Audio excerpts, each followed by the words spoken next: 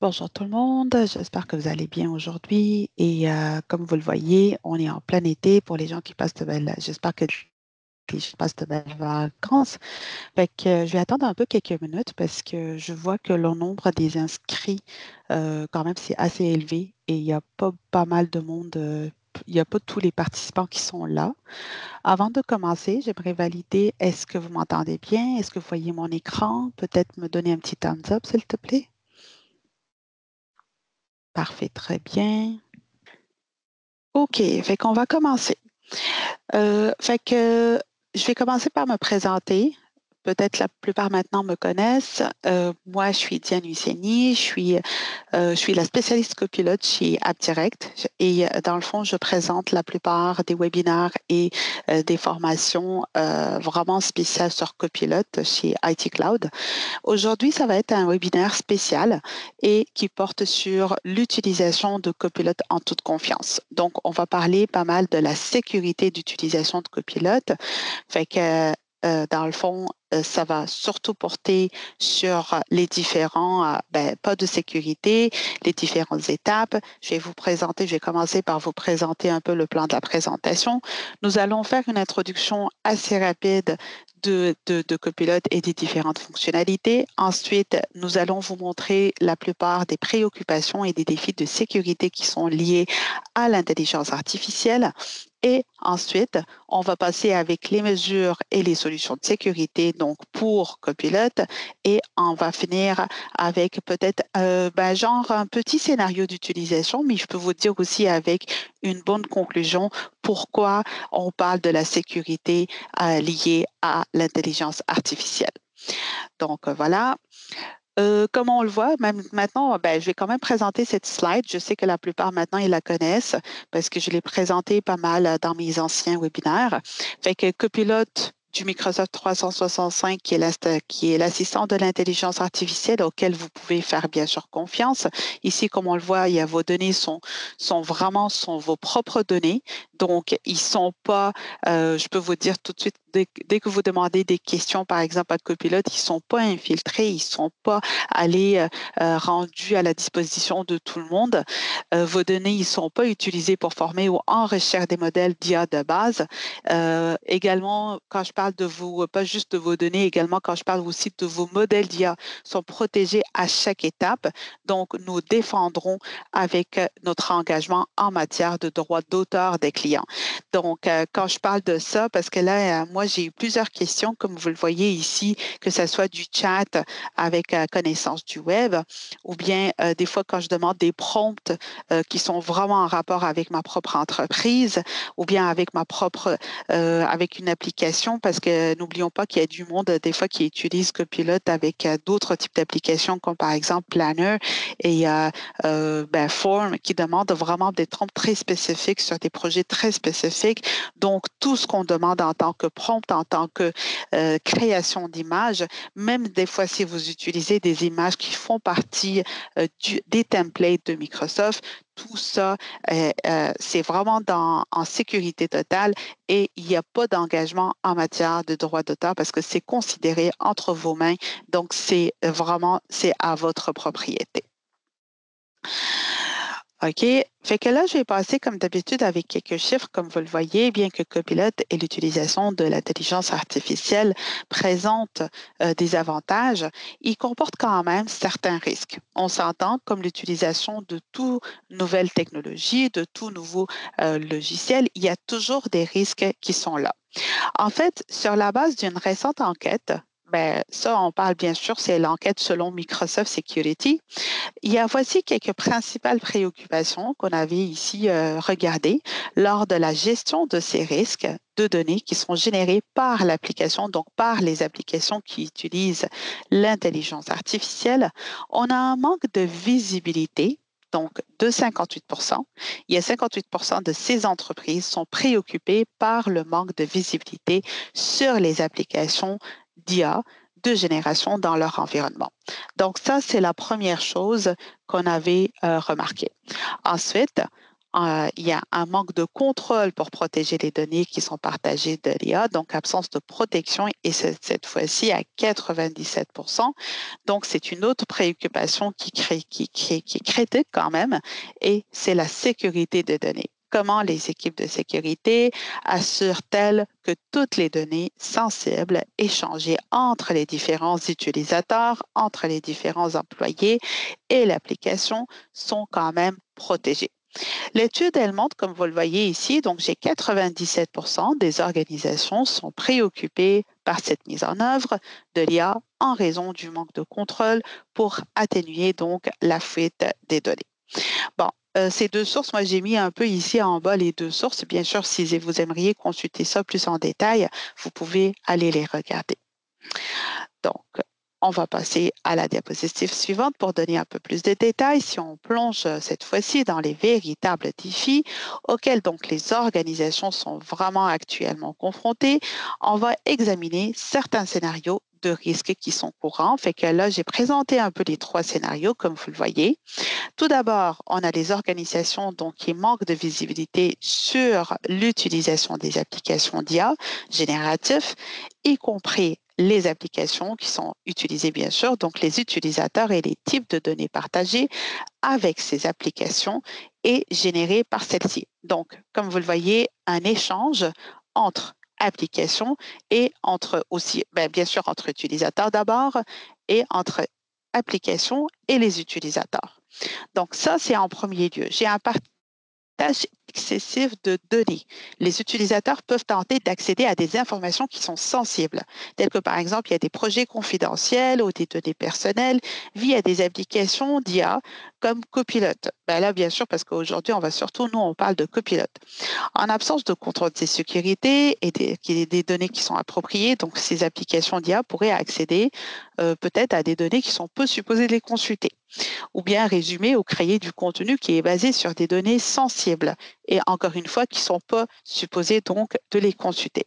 Ceci va augmenter le risque de surexposition donc, ou bien de partage excessif de données. Donc ça, c'est notre premier scénario. Là, je vais vous présenter un peu notre deuxième scénario qui parle surtout de la fuite de données. Donc, les utilisateurs qui peuvent, par exemple, divulguer une sorte de, des données inadvertantes, par exemple, qui sont sensibles, encore une fois, telles que des données personnelles des clients, comme ChatGPT. Il y a des applications autres que Pilote, mais il y a des applications aussi qui sont comme ChatGPT parce qu'il y a des compagnies qui utilisent un peu les deux, un peu de Copilot, un peu de ChatGPT. Cette préoccupation fait les manchettes donc, et reprise d'autres organisations. C'est un peu moins pertinent, je le sais, pour Copilot, car il est livré avec des commandes intégrées, mais quand même, c'est quelque chose, c'est des scénarios qui peuvent arriver. Et là, je passe avec le troisième scénario, comme vous le voyez, donc utilisation en cas de non-conformité. C'est grâce à la facilité de création de contenu à l'aide de l'IA générative qu'on peut rencontrer ce type de scénario.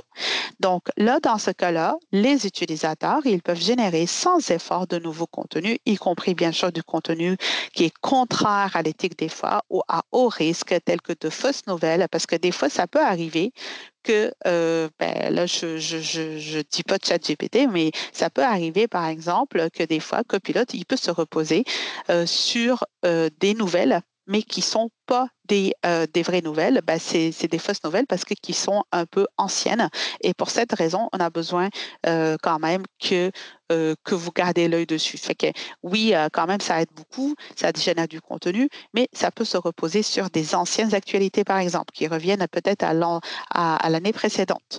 Donc, des contenus qui peuvent des fois être considérés comme du contenu qui est frauduleux ou peut-être ça peut manipuler aussi la bourse d'une mauvaise façon. Donc, il est impératif que les organisations réagissent à l'utilisation de l'application de l'IA de la bonne façon, c'est-à-dire en veillant à la conformité au code de conduite et aux exigences réglementaires. Fait qu'on va aller un peu plus avec les détails. Fait que comme vous le voyez ici, sécuriser et gouverner Copilot avec le M365 pour les entreprises. Donc, Copilot est conçu dans un souci de sécurité fondamentale. avec l'approche globale de Microsoft en matière de sécurité, de conformité, de confidentialité et aussi d'IA, donc d'intelligence artificielle responsable. Pour améliorer cette protection, donc pour améliorer la protection, les fonctionnalités et aussi donc mettre en place une sécurité supplémentaire, ceci peut être superposé pour sécuriser l'accès. Donc, on doit protéger les accès, protéger les données sensibles et régir l'utilisation donc de copilotes. Si on commence un peu par le fait de sécuriser l'accès et pour donner un peu plus donc de détails par rapport à ça, tout d'abord, les équipes informatiques doivent donc un peu évaluer, si vous voulez, les risques qui sont liés et associés aux employés qui accèdent aux informations. Donc, on ne peut pas aller, tout de suite donner accès à tous les employés. C'est ça. Fait que on doit un peu, si vous voulez, évaluer ces accès à ses employés, donc aux informations surtout et aux applications lors de l'utilisation de copilotes. Et lorsque les organisations y mettent en place des contrôles de sécurité des données, elles peuvent bien sûr tirer parti de la recherche SharePoint, par exemple, restreinte. Fait que comme j'avais mentionné ici, regardez, j'ai une recherche SharePoint restreinte et ça, je vais vous donner un peu plus de détails tantôt dessus parce qu'il y a un site, il y a quand même un site web qui est donné, qui est pas mal bien rédigé par Microsoft et qui en parle pas mal en détail de ce qu'on appelle, les autres, ils appellent ça le RRS ou bien la recherche SharePoint restreinte. Fait que les organisations y mettent en place des contrôles de sécurité de données. Elles peuvent tirer parti donc de la recherche à pointe restreinte pour gérer la recherche à l'échelle de toute la compagnie, de toute l'organisation. Et deuxièmement, ils peuvent aussi créer des politiques d'accès conditionnelles. Fait que ça aussi, c'est très important pour s'assurer que l'utilisation de copilotes se fait par le biais d'identités et d'appareils sécurisés et gouvernés. Donc, accès conditionnel réduisant ainsi les menaces de sécurité qui peuvent être potentielles donc à la fuite de données, aussi à la gestion d'accès qui peuvent être de la bonne façon.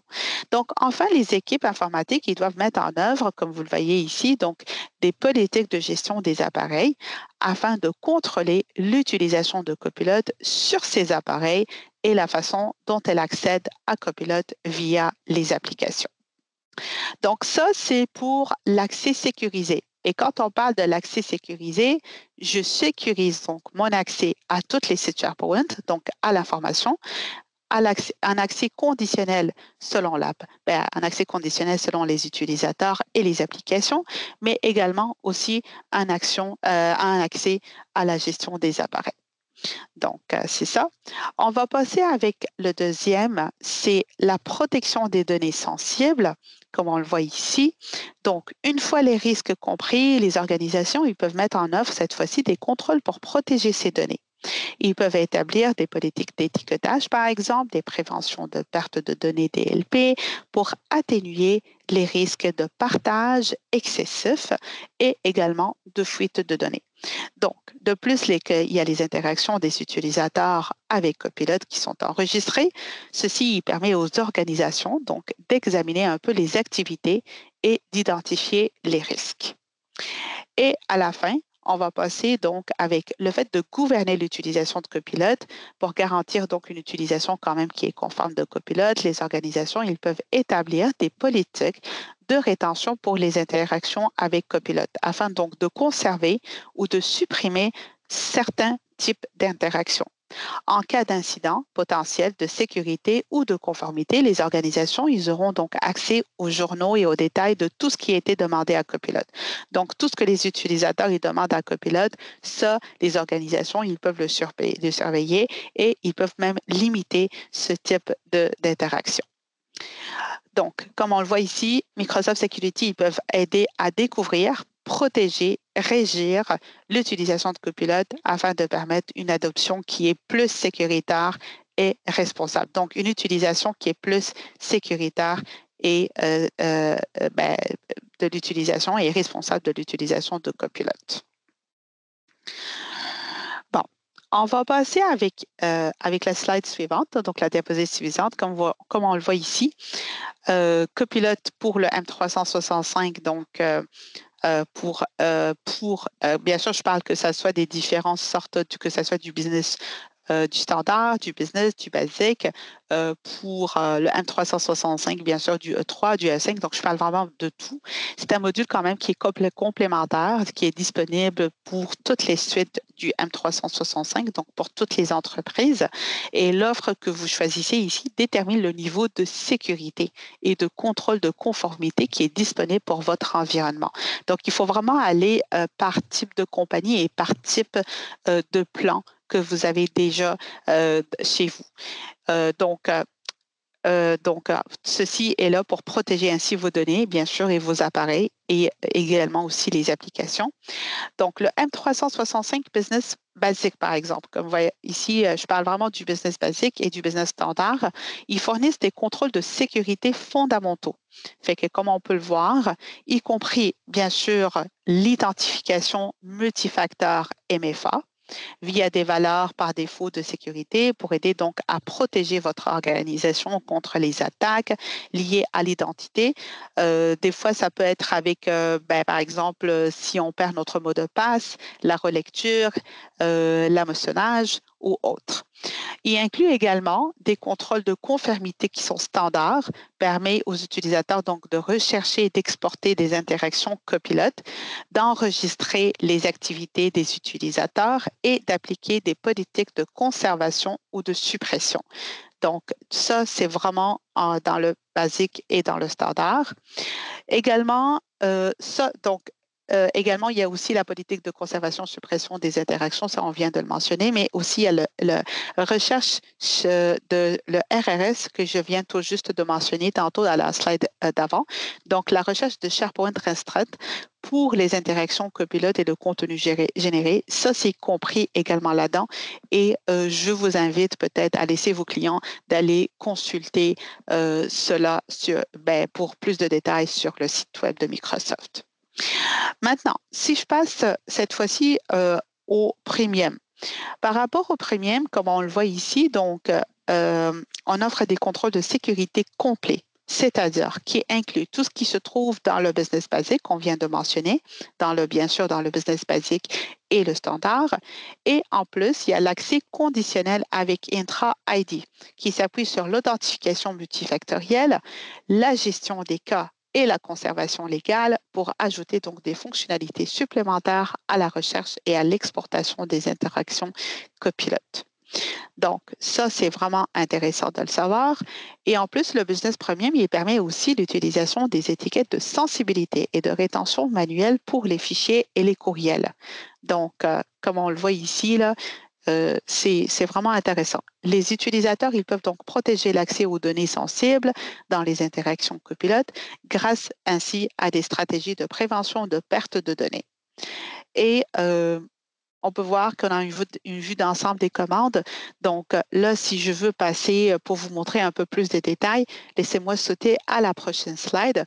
Fait que voici un meilleur tableau pour mieux vous donner plus de détails sur les différents plans, que ce soit sécurité de base ou sécurité complète, que ce soit avec du business premium ou bien le standard. Fait que voici une liste des fonctionnalités de sécurité dans la gestion des identités et des accès, la gestion des points de terminaison et aussi la sécurité et la conformité donc des données pour référencer de façon vraiment facile ce qui est proposé par les différents plans, que ce soit du basique, du standard, du premium. Donc, tout est bien, si vous voulez, récapituler dans ce tableau. Moi, je vous invite honnêtement donc à prendre peut-être une photo, de la garder chez vous et de la présenter à votre client au besoin. Fait que comme vous voyez, la gestion des accès, des identités et des accès ici, la gestion des terminaux, sécurité, conformité. Donc, c'est vraiment la capacité de sécurité par chaque catégorie et ensuite que ça soit de sécurité de base ou bien sécurité complète. Fait que tout est bien présenté dans ce tableau-là. Fait que voilà pour les détails. On va passer au suivant. Bon, bien qu'il y a le Business Premium qui fournit des contrôles de sécurité de données qui sont adaptés à aux différentes quand même genre organisations, aux différentes entreprises, on comprend quand même que certaines d'entre elles, elles peuvent nécessiter une sécurité comme supplémentaire pour se confronter donc à des renseignements, à des règlements encore plus stricts.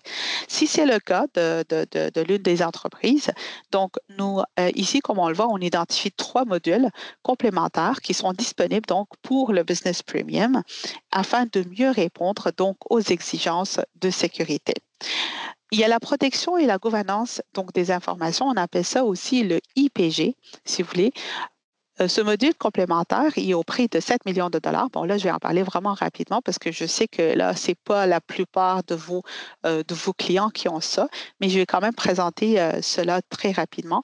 Donc, ce module il est au prix de 7 millions de dollars. Il comprend donc des fonctionnalités supplémentaires comme par exemple Microsoft Defender pour les applications cloud et qui aide à mieux comprendre donc l'utilisation des applications d'IA dans l'environnement et à protéger donc les utilisateurs contre l'accès aux applications à risque. Et ce produit est également, il peut être acheté pour 3,5 $ par minute. Il inclut également donc la prévention des pertes de DLP dans le chat et les points de terminaison Teams, des capacités pour étiquettes de sensibilité améliorées et qui appliquent automatiquement donc des étiquettes et utilisent des classifications. Bon, je vais passer avec le e-discovery et le audit, comme on le voit ici en bas. Ce module, ça, c'est complémentaire au prix de 6 millions de dollars et il comprend des fonctionnalités premium de e-discovery et du audit, donc pour faire du auditing. Et il s'appuie donc sur les capacités existantes de Business Premium. Grâce à cela, vous allez disposer donc d'un flux de travail qui est beaucoup plus robuste et de bout en bout dans la gestion des cas et des enquêtes. Si je parle un peu plus de la gestion des risques internes, c'est aussi donc le module qui est en haut.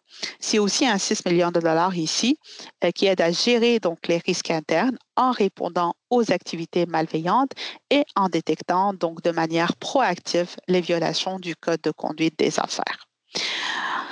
Bon, là, pour les différentes fonctionnalités qui sont énumérées pour chaque module complémentaire qui sont disponibles et plus directement pertinents lors de l'utilisation de Copilot, mais elles ne reflètent pas l'intégralité des capacités incluses dans ces modules complémentaires. Fait que, bien sûr, ils doivent un peu regarder plus au détail, mais encore une fois, je sais que la plupart de vos clients, peut-être ils font pas partie de cette catégorie d'entreprise. Fait que c'est pour cette raison, je passe un peu rapidement, mais si vous en avez besoin de consulter un peu plus au détail, encore une fois, je vous laisse les sources en bas de la slide. OK? Fait que là, j'avais mentionné à plusieurs reprises la recherche de SharePoint restreinte, donc le RSS, avec le M365 pour les entreprises. Fait que comme on le voit ici, Copilot M365 qui inclut donc ce type de recherche restreinte, et ce qui est vraiment le fun de l'avoir, qui est destiné à être une solution temporaire qui donne aux utilisateurs donc le temps d'examiner et un peu, si vous voulez, faire un certain audit des autorisations du site. Fait que la recherche SharePoint restreinte ou la RSS permet aux administrateurs de désactiver la recherche à l'échelle de l'organisation. Ça, c'est vraiment bien de le mentionner. Peut-être aussi que que vous le montrez si vous voulez, un peu aux différents organisateurs de sites SharePoint. Donc, je veux dire à vos clients qui sont la plupart du temps, ce sont les administrateurs ou les propriétaires de sites SharePoint. Donc, leur montrer un peu comment y accéder et comment aller, si vous voulez, un peu désactiver cela à l'échelle de leur organisation ou de leur compagnie, surtout quand je parle avec des compagnies qui sont petites ou simples. Fait que cela, ça va leur permettre, bien sûr, de sélectionner un ensemble de sites SharePoint qui est bien dans l'ensemble de l'organisation ou de la compagnie par défaut. Et là, la recherche SharePoint restreinte est donc désactivée. Donc, si un utilisateur il décide de l'activer, les utilisateurs Copilot et les non-utilisateurs de Copilot, ils pourront donc trouver et utiliser le contenu des éléments suivants. Et là, je vais vous mentionner c'est quoi ces éléments. Donc, liste des sites SharePoint autorisés configurés configurées par les administrateurs, bien sûr, on peut décider quelles sont les listes qui pourront être donc, si vous voulez, consultées ou utilisées au profit de Copilot. Donc, si on demande des questions à Copilot, Copilot, il va aller fouiller seulement dans cette liste de sites SharePoint, tout en respectant, bien sûr, les autorisations qui sont existantes de ces sites-là. Fait que moi, si je demande une question et cette question, il y a une réponse à cette question dans un site où j'ai pas accès, où je suis pas supposé d'être membre, Copilot, il va pas me donner donc cette réponse-là. Il va me répondre selon mes permissions, selon mes autorisations. Les fichiers OneDrive des utilisateurs, les chats dont ils font partie et aussi les courriels qu'ils envoient et reçoivent, les calendriers auxquels ils ont accès, etc.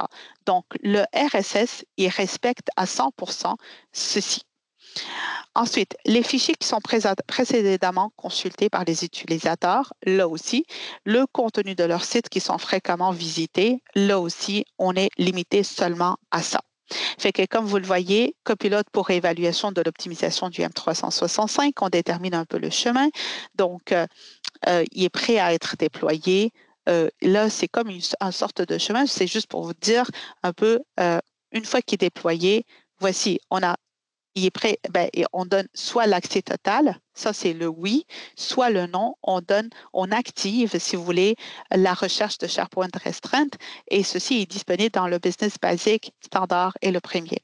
Fait que les administrateurs de la compagnie, ils peuvent y accéder et ils peuvent ils peuvent limiter les 100 sites SharePoint, par exemple, là je donne un exemple, ou bien les 50 sites SharePoint auxquels on veut que les employés demandent des questions et y avoir des réponses. Et encore une fois, même à ça, ces employés-là, ils ne pourront pas avoir des réponses si ils ne peuvent pas avoir des réponses à partir de sites où ils ne seront pas supposés d'y être. C'est-à-dire, si je n'ai pas d'autorisation à tel site, je ne vais pas avoir cette réponse si la réponse se trouve dans tel site, par exemple.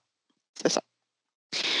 En plus de ça, comme on le voit ici, il y a des conseils de déploiement de Copilot, donc se compose de 5 étapes principales. Donc, je vais aller tout de suite avec un peu vous donner c'est quoi les 5 étapes. Commencer par l'évaluation de l'optimisation qui est questionnaire, qui est un questionnaire donc en ligne. Ça, si vous voulez, c'est un peu les étapes qu'on voit ici.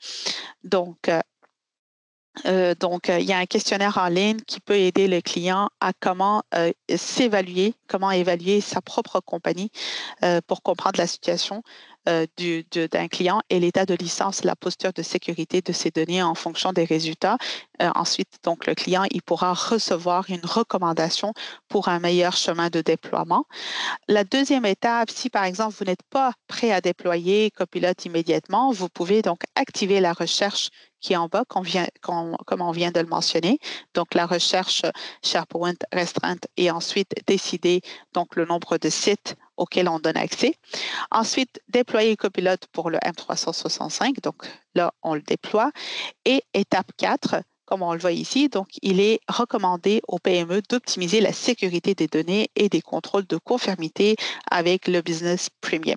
Bon, bien sûr, nous, on recommande comme d'habitude le Premium, mais ça ne veut pas dire que Standard et le Business basique qu'on n'est pas capable de fonctionner avec, mais ça reste, bien sûr, il y a une préférence pour le Premium. Pour les PME qui ont besoin de sécurité supplémentaire, elles peuvent optimiser encore plus la sécurité avec les modules supplémentaires qu'on vient de présenter dans la slide d'avant. Et en étape 5, donc en cinquième étape, une fois que les fonctionnalités de sécurité des données qui sont en place déjà, donc là, vous pouvez désactiver la recherche SharePoint restreinte, parce que si vous pensez que là, on n'a plus besoin de l'avoir, pour débloquer donc la pleine valeur de Copilot et lui permettre bien sûr d'accéder à tous les sites SharePoint qui sont pertinents. Fait que ça dépend un peu dans quelle situation, dans quelles circonstances l'organisation ou la compagnie en est. Bon, donc voici, comme vous voyez ici, j'ai un défi.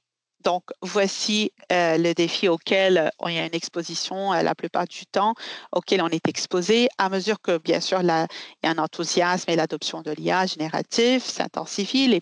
Donc, les organisations ou les PME sont confrontées, bien sûr, à des défis d'augmenter leur productivité avec Copilot, tout en veillant à ce que les données sensibles ne soient pas exposées à la fuite de données, comme j'avais mentionné tantôt, peut-être à un partage excessif.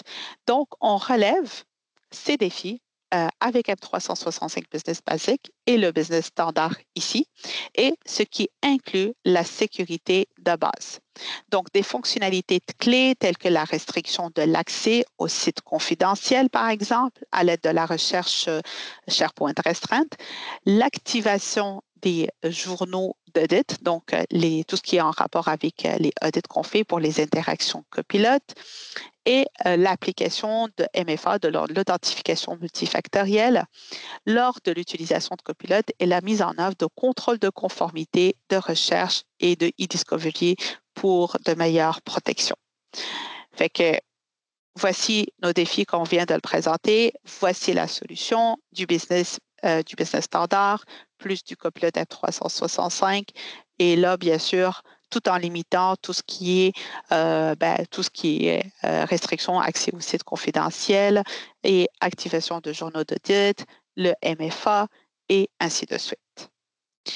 Bon, je vais passer à un deuxième type de défi, comme on le voit ici. Donc là, c'est plus avec du business basique et standard. Ils peuvent interdire donc l'inclusion de données sensibles et exclure des fichiers sensibles lors de l'utilisation de Copilot en ajoutant des autorisations donc dans des outils comme SharePoint et OneDrive, comme on le voit ici.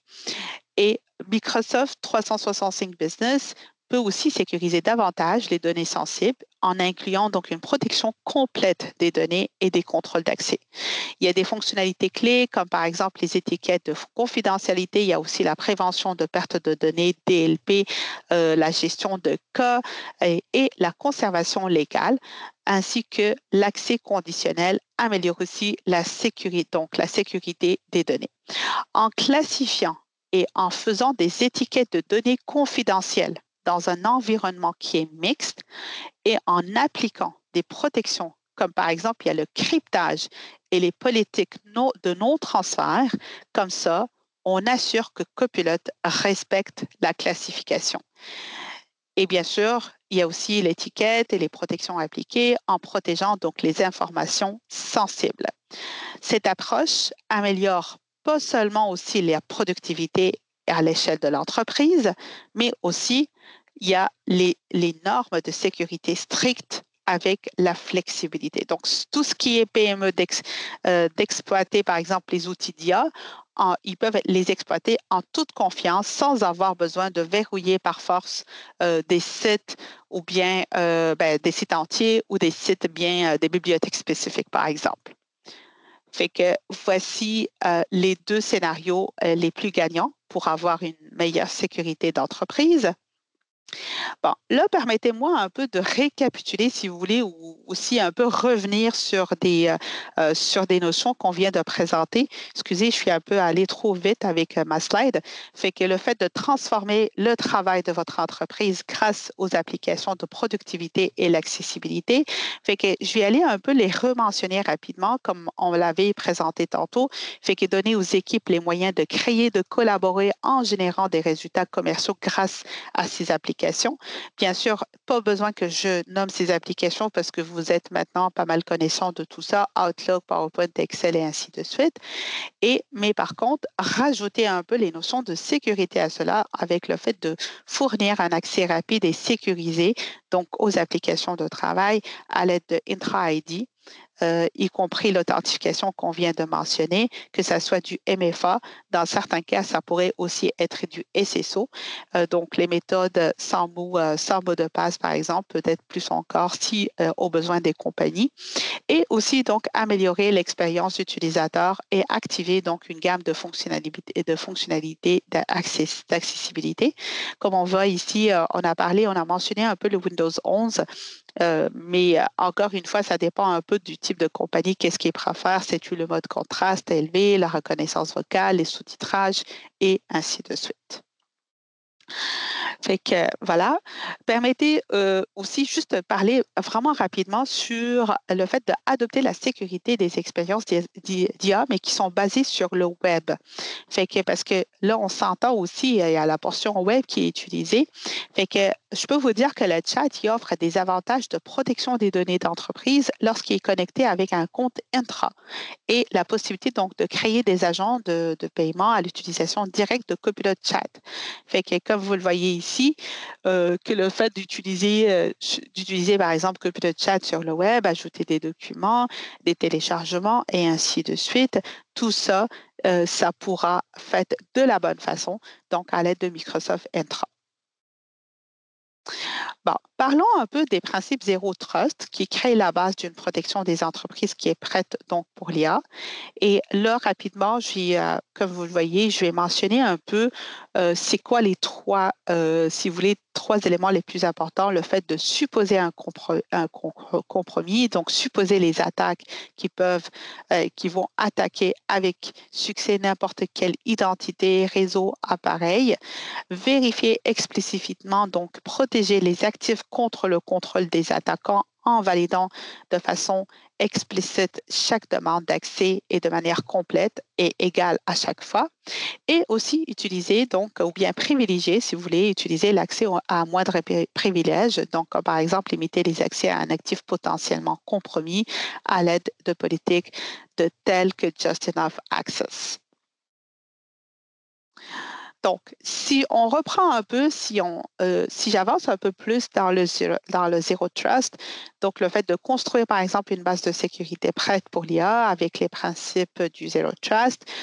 Un, c'est activer un accès sécurisé aux données, aux applications et aux ressources à travers donc des identités et les terminaux. Encore une fois, on revient avec le Intra et le Defender pour les points terminaux. Ensuite, en deux, étendre votre périmètre de sécurité grâce donc à la protection contre les menaces. Là, on mentionne le MFA, par exemple, et définir le contrôle d'accès conditionnel. En trois, découvrez, protégez et gouvernez donc vos données pour activer l'IA en toute sécurité. Et là, comme vous le voyez, je vais en petit ici, j'ai Microsoft Purview qui est le meilleur logiciel pour tout ce qui est conformité. Et en quatre, donc, découvrez peut-être l'utilisation du Shadow IT et des applications d'IA génératifs non approuvées et bloquer l'utilisation. Et là, cette fois-ci, je mentionne Defender pour la découverte d'applications cloud et Microsoft Defender aussi pour les points de terminaison P1.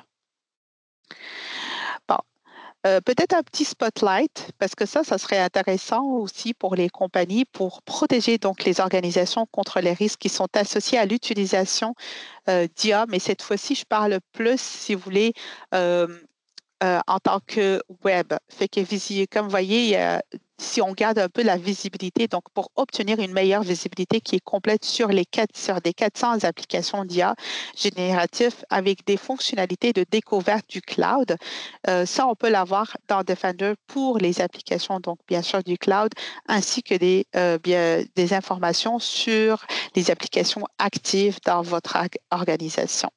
Mais également aussi, on peut assurer une gestion et un contrôle des risques tout en évaluant les facteurs des risques, identifier donc les applications à haut risque et décider lesquelles qui peuvent bloquer grâce à des évaluations de risques prêtes à l'emploi dans la catégorie de sécurité juridique.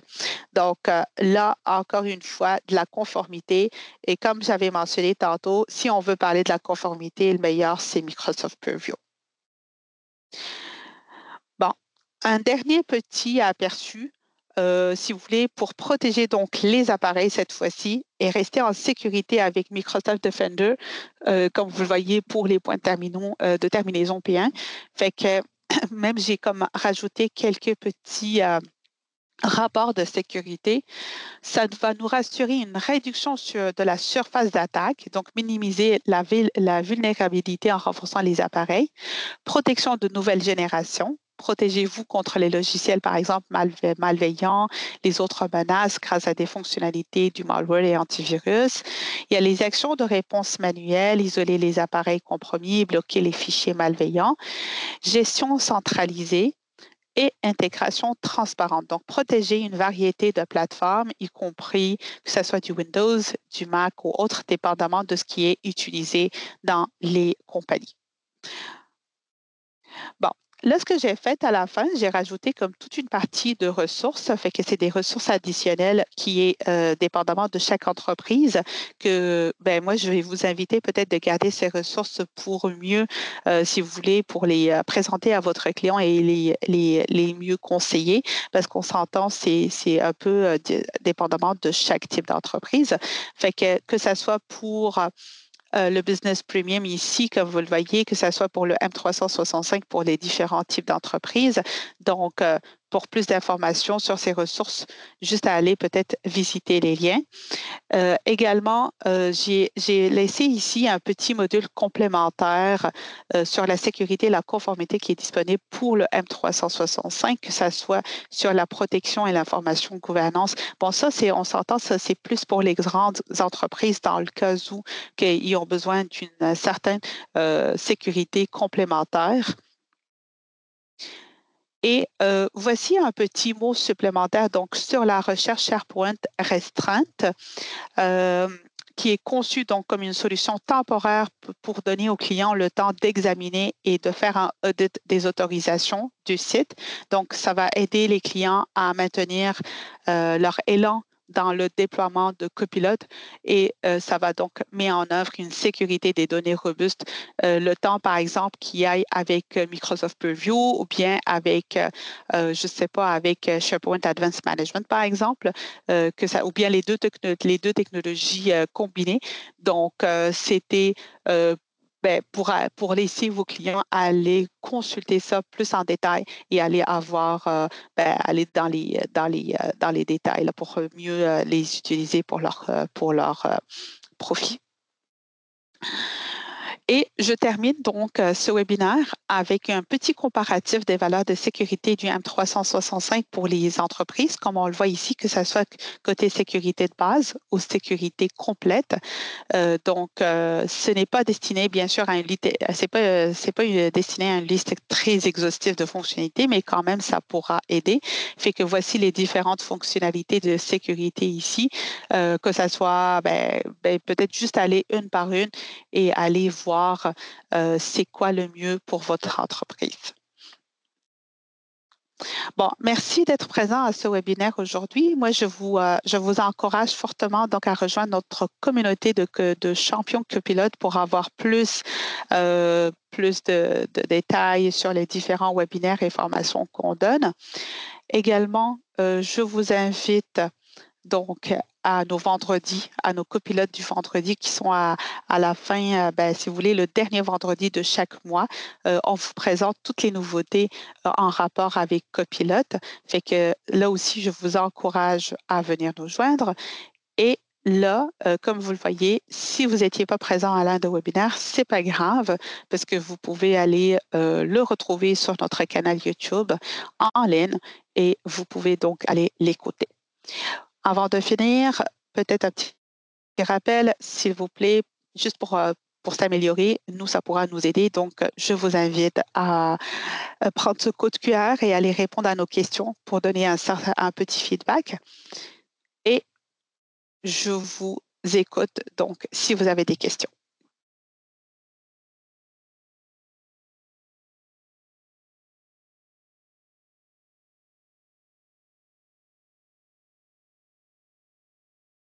Avez-vous des questions? Non? OK, parfait. Je vois Bruno, il a la main levée. Fait que Bruno, peut-être que tu pourras noter ta question. Oui, je sais que vos micros sont désactivés parce que c'est un webinaire. C'est pour cette raison, on demande toujours d'aller demander la question dans la section de questions et réponses ou bien dans le chat aussi.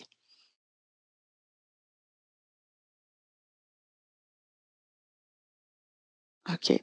Parfait, Bruno, merci. OK, donc là, je vois qu'il y a pas de questions, fait que merci d'être venu à ce webinaire et ben, je vous souhaite une très belle journée et si vous êtes là demain, ça serait un plaisir de vous revoir. Merci.